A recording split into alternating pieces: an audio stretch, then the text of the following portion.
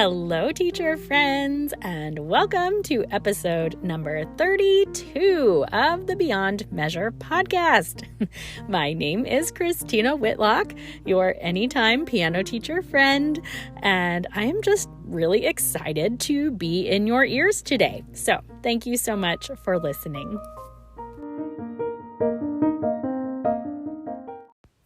Brace yourself, my friends, because I am making a pretty bold claim today.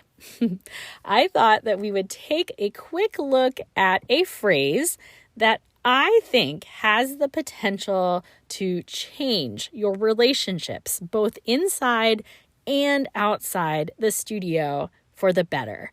I'm talking about students, parents, family members, neighbors, everybody. I warned you, that's a pretty big promise, right? Well, I don't think it's any surprise for me to tell you that studying human behavior and relationship dynamics is like pretty much my favorite thing to do. Truth be told, the older that I get, the more I realize that teaching piano just happens to be the sweet spot I've found for putting all of that research into action. Well, a few summers ago, I read a really terrific book by Kelly Corrigan titled Tell Me More. And the subtitle to that book is Stories About the 12 Hardest Things I Am Learning to Say. Now, that book was my first introduction to Kelly Corrigan's writing, but I will tell you right now that she has turned into one of my all-time favorite voices in the world today. And if you are looking for a book that will have you laughing out loud 1 second and then just crying your eyes out the next moment, Tell Me More is a great book to try. I should also mention that Kelly Corrigan is not shy in her occasional use of profanity. So it's certainly not what I consider to be excessive, but I know that we are sometimes a fairly conservative bunch here in piano teacher land, and I thought I should mention that just in case that turns you off. But anyway, here's a fun fact. Kelly Corrigan also happened to launch her own podcast called Kelly Corrigan Wonders on the exact same day that I launched Beyond Measure. So I always took that as a really terrific omen. But just in case you are wondering, no, Kelly Corrigan is not sponsoring this podcast in any way, nor does the woman even have any clue who I am. I think her resume is way too impressive for me to ever be able to claim her in my circle in any way. But I really do love contemplating her perspectives on life. It's one of those situations where it's not that I agree with her about everything, but I do believe she has a genuine desire to foster positive change in the world around us. And her vehicle to do so is very often connection, relationships, making efforts to better understand all of the people that we cross paths with. And if you've listened to any other episode of this podcast, you can already see why I'm drawn to that kind of work. All right, enough about how much I love Kelly Corrigan. So here is the point. Since finding her work, I have been made infinitely more aware of the power of the phrase, "Tell me more."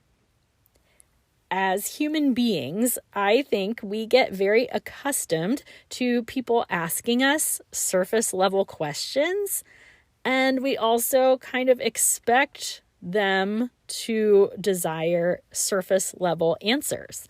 So you're probably already thinking of the biggest culprit right now, which is that polite question of, "How are you?" I think we all have our go-to single word responses to that very blasé inquiry, right? Well, I happen to think our students of any age are already conditioned to generalize their responses to our initial questions that we're asking them in their lessons. So I think anytime we ask our students a question, their first response is almost always going to be some kind of watered down version of the actual story at best. So let's think of an example. Let's say Lucy comes in for her lesson and you say, "Hey, Lucy, how did you feel about your assignments this week?" I don't have to tell you what kinds of responses you're going to get from Lucy because you already know. It will either be something like, fine, or they were good, or maybe you'll just get a blank stare and kind of a shrug. None of those responses give you diddly squat of an insight into Lucy's practice that week. Yet, how many times do we hear it and then respond with something like, "Great, happy to hear it," and move on through the rest of the lesson, right? So instead, let's pretend, for the sake of example, let's say Lucy responds with, fine. At which time you could make direct eye contact with her, smile, and say, "Oh, fine, huh? Tell me more about that." At which point she might be silent for a moment. That is totally fine, by the way, for our students to sit in silence for a moment. But then she might say something like, "Well, the third movement of the Haydn was a little frustrating this week." Aha! Now you're getting somewhere. So you can follow it up with, "Oh yeah? Well, tell me more about that. Was there anything in particular that was frustrating you?" At which point she might think and say, "Well, I'm trying to increase my tempo, but it just doesn't seem like my fingers are ever going to be able to play it any faster." Bingo. Now you have a specific direction for today's lesson before you have even ever heard her play a note. And bonus of all bonuses, you have shown Lucy how much you value her insights and that you want to help her address her own frustrations before you start listing off a bunch of corrections that may or may not particularly matter to her. I am here to tell you, the more you use the phrase, "tell me more," or whatever variation on that you prefer, the more you are communicating to others that you actually care about their responses. Until I started being more intentional of using this phrase myself, I never fully realized how many of our conversations with other people from all walks of life are usually based on some kind of assumption that the people we're talking to are only interested in those surface level conversations. And I happen to think this is incredibly true, unfortunately, in just about any educational setting. Students know that they are supposed to ask teachers questions, right? That's a given. But at the same time, they've also been told from the very beginning of their studies that, hey, time is limited and we can only ask questions that are on topic, right? And so on and so on and so on. And I believe that basically trains us to ask and to answer questions on that very surface level manner. So when a teacher actually says, "Hey, tell me more," it might very well catch a student off guard. But little by little, the more a teacher prompts their students for deeper responses, the more likely students are to open up. "Tell me more" is a great response for when a student says they're struggling with school, or when they say they don't like that piece you assigned them, or when they say they love that piece that you assigned them, or when they say it was a rough practice week, or when they say they want to learn more about chords. The list goes on and on. Follow up your students' statements with tell me more and see what you can figure out. And truly, here is the best part. Tell me more is not just a magic phrase for your students. Think about the applications it can bring for when we are dealing with parents. The next time Lucy's mom tells you that, hey, we're struggling with practice at home, your response of, well, tell me more about that, can be an absolute revelation. Struggling with practice at home, we all know, can mean so many things. It could mean they have busy schedules. It could mean there are emotional outbursts happening at home. It could mean that Lucy is only playing things off YouTube and nothing that you're actually assigning her. I mean, it could mean so many things, but all too often we hear the words struggling with practice at home, and we already start to form our own opinion on what we assume is happening. And we start prescribing solutions before we may really know the issue. The power of tell me more allows you to get a better glimpse into the full situation. And again, it communicates to the parent that you are genuinely interested in helping them find a solution for the problem. By welcoming more information, you shut down that assumption that I think we're all harboring, that the parent might feel like you are too busy to hear the details of their problem. It's magic, I'm telling you. Let's think about our fellow teacher friends. Let's say one of your teacher friends asks you for advice. Let's say, they tell you they have a student who can't play in tempo to save their life. Now, upon hearing that, you might be tempted to jump into action with all kinds of teacherly advice. But really, a student not playing in tempo is not a one-size-fits-all kind of problem. There is a lot more to figure out before you can offer up real solutions to help. So, tell me more can help lead you to the real problem and thus the real solution.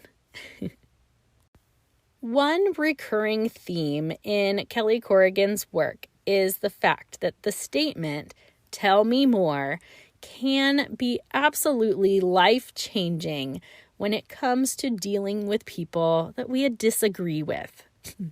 I don't have to tell you that these are pretty contentious days we're living. People seem to disagree frequently and loudly like never before. But the more we open ourselves up to prompting others to tell us more, the more we begin to understand why they feel the way that they do. And this is a huge step in finding common ground with our fellow community members, which is a really important component of any kind of conflict resolution strategy.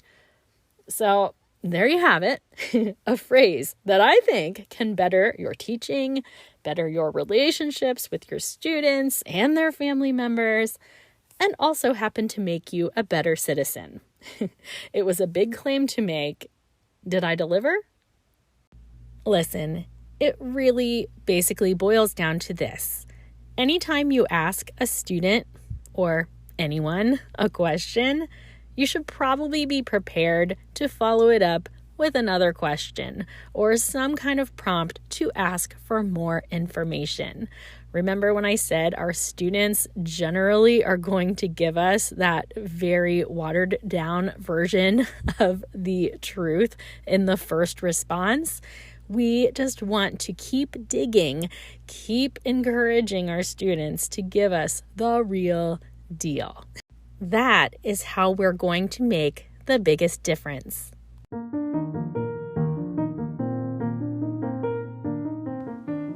On that note, I think it's time for a toast. Raise your glass with me, my friends. Music teacher friends of the world, let's commit today to being better humans. let's do it. Let's make the words "tell me more" part of our daily or maybe even our hourly vocabulary. May we never lose sight of the benefits of allowing our students to feel valued and heard. May we listen to others with the very singular goal of learning their perspective, rather than half-heartedly listening to them and secretly focusing on what our response is going to be next. You know you've done it, and I've been there too. Cheers to learning more, my friends. Hear, hear.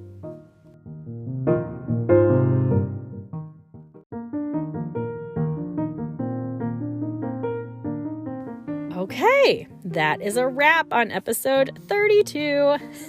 Be sure to come hang out with me on Instagram and Facebook.